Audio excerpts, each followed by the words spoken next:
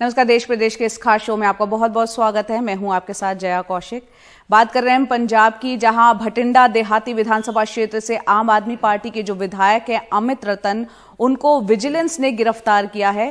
बीते हफ्ते ही रेशम गर्ग नाम का एक जो व्यक्ति है उसे 4 लाख की रिश्वत लेते हुए रंगे हाथों गिरफ्तार किया गया था। आरोप था कि ये आम आदमी पार्टी विधायक जो है उनका पीए है। हालांकि आम आदमी पार्टी विधायक ने इस बात से साफ तौर पर इनकार किया था कि वो व्यक्ति उनका पीए है। भटिंडा देहाती के एक गांव के सरपंच ने यह आरोप लगाया था कि 25 लाख रुपए की ग्रांट ग्राम पंचायत को जारी करने के बदले में ये रिश्वत मांगी गई थी। पंजाब सरकार के विजिलेंस विभाग को ये शिकायत भी की गई थी और विजिलेंस विभाग ने जाल बिछाकर पीए को पकड़ा था और दोपहर में आप विधायक को कोर्ट में पेश किया जाएगा, जिनकी गिरफ्तारी आज हुई है अमित रतन की।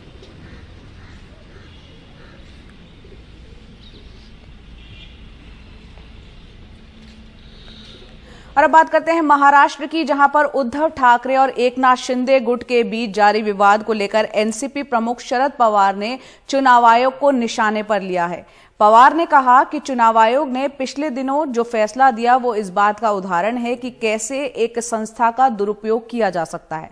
हमने चुनाव आयोग का ऐसा फैसला पहले कभी नहीं देखा। शरद पवार ने केंद्र सरकार को आड़े हाथों लेते हुए कहा कि चुनाव आयोग और दूसरी संस्थाएं वही फैसला दे रही हैं जो सत्ताधारी सरकार चाहती है। कुछ दिन पहले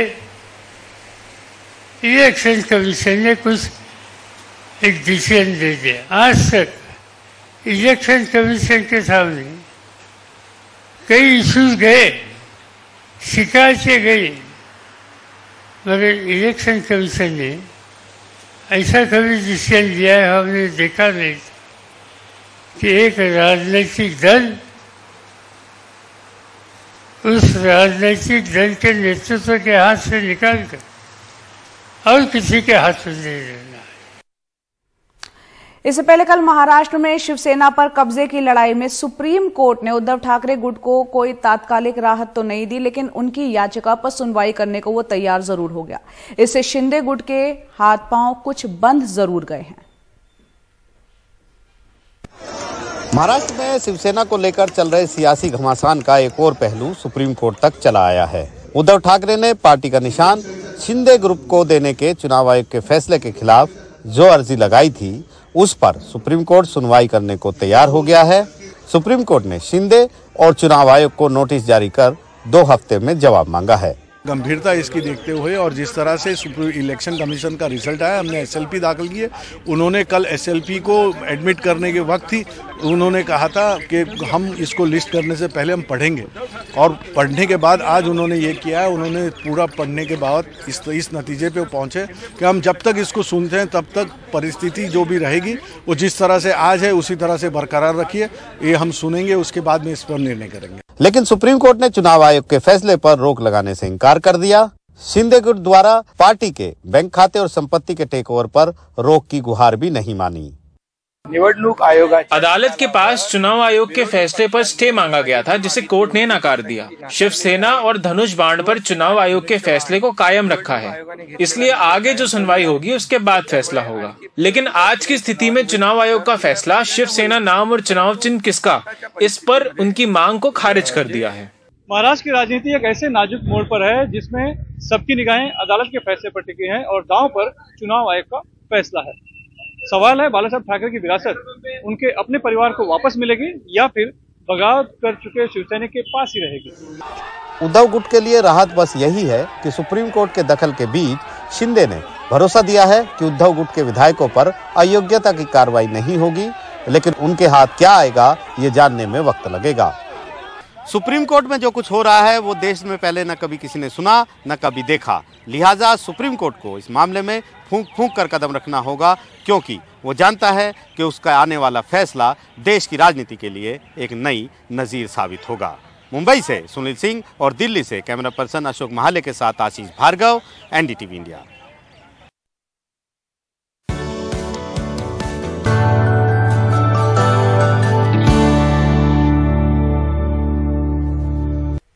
मेघालय की जंग की बात करते हैं, जहां 27 फरवरी को चुनाव होने जा रहे हैं और विपक्ष के दो अहम नेताओं ने कल मेघालय में रैलियां की। तृणमूल कांग्रेस की ममता बनर्जी ने राजबाला में कांग्रेस पर हमला करते हुए कहा कि उसे वोट मांगने का नैतिक अधिकार नहीं है।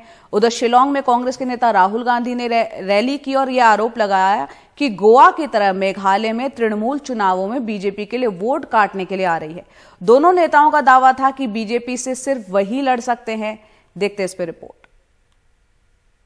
I was in Congress, but they have expelled us.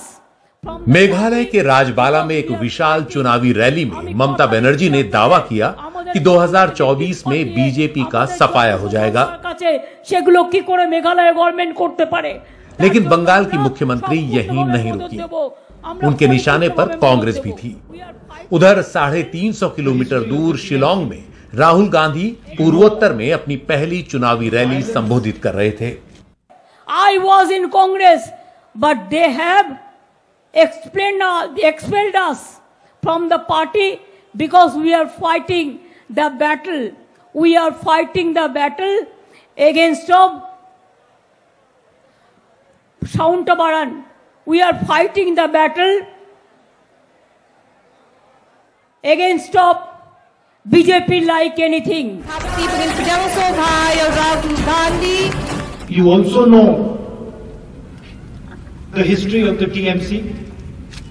You know the violence that takes place in Bengal. You know the scams, the Sharda scams that have taken place. So you're aware of their tradition. They came to Goa, spent huge amounts of money in Goa, and the idea was to help the BJP. And this is exactly the idea in Meghalaya. Mamata Banerjee और राहुल गांधी की रैलियों से पहले BJP के अमित शाह कई रैलियां कर चुके हैं और प्रधानमंत्री मोदी भी इस हफ्ते प्रचार करेंगे। सभी राष्ट्रीय दल अपने बड़े नेताओं को प्रचार में उतार रहे हैं और सबका मुकाबला सत्ताधारी एनपीपी से है। मेघालय के चुनाव की प्रचार अब जोर शोर से चल रही है। हम इस वक्त गारो हिल क्षेत्र में हैं और ये गारो हिल क्षेत्र गढ़ माना जाता है कॉर्नेड संगमा के परिवार का। उनके पिता पीए संगमा यहाँ से ही लोकसभा में चुन के जाते थे और उनकी जो लेगेसी है इसको आगे लेके उनकी जो पार्टी है एनपीपी, नेशनल पीपल्स पार्टी को आगे लेके जाने की कोशिश कर रहे हैं कॉर्नेड संगमा, मेघालय के मुख्यमंत्री। एनपीपी की सहयोगी बीजेपी खुलकर उस पर हमला कर रही है और इसीलिए मुख्यमंत्री कॉनरेड संगमा के लिए और जरूरी हो जाएगा कि वो अपने गढ़ गारो हिल्स से ज्यादा सीटें जीतें। पिछली बार उनकी पार्टी को इस इलाके की 24 में से 12 सीटें मिली थी। अब तृणमूल कांग्रेस इस इलाके में सेंध लगाने की कोशिश में है, लेकिन संगमा के पास अपने पिता पूर्णो संगमा की विरासत है और ये पारंपरिक वोटर हैं। I've seen a lot of elections, maybe about 30-35 elections. I've campaigned since a very young age along with my late father. So we have seen a lot of elections, and one thing I have learned in any election is never to take things easy. So we should never take things for granted. You can never take your opponent for granted. Every election is tough, and no matter whether you're ruling or opposition, the moment you take it easy and lightly, then things start going wrong. So therefore, I have always believed, and even in this election, for me, everybody is a formidable opponent. NPP इन चुनावों में पूर्वोत्तर की अकेली अहम party है, लेकिन राष्ट्रीय दल इस बार इतना जोर लगा रहे हैं कि स्थानीय दिग्गजों के लिए ये वजूद की जंग बन गई है। मेघालय से रत्नदीप चौधरी की रिपोर्ट, एनडीटीवी इंडिया। आगे बढ़ते हैं, बात करते हैं इन्फोसिस के संस्थापक एनआर नारायण मूर्ति की, जिनको दिल्ली आना अच्छा नहीं लगता। यहां आने में वो असहज महसूस करते हैं। दरअसल मूर्ति ने कहा कि ये एक ऐसा शहर है जहां सबसे ज्यादा अनुशासनहीनता है, लोगों को रेड लाइट तक की परवाह नहीं। और नारायण मूर्ति ऑल इंडिया मैनेजमेंट एसोसिएशन की स्थापना दिवस में शामिल होने के लिए आए थे। नारायण मूर्ति की बात कितनी सही है, हमने इसका जायजा लिया। I feel very uncomfortable coming to Delhi is, this is one city where indiscipline is the highest. Let me give you an example. I came yesterday from the airport.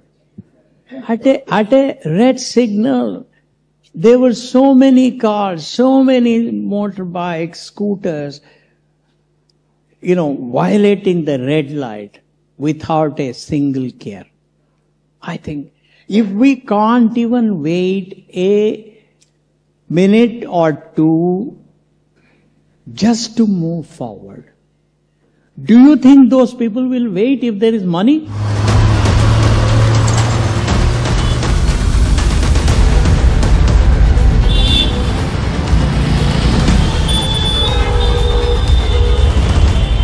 सड़क पर दिल्ली कायदे कानून को लेकर लापरवाह बेपरवाह दिखी।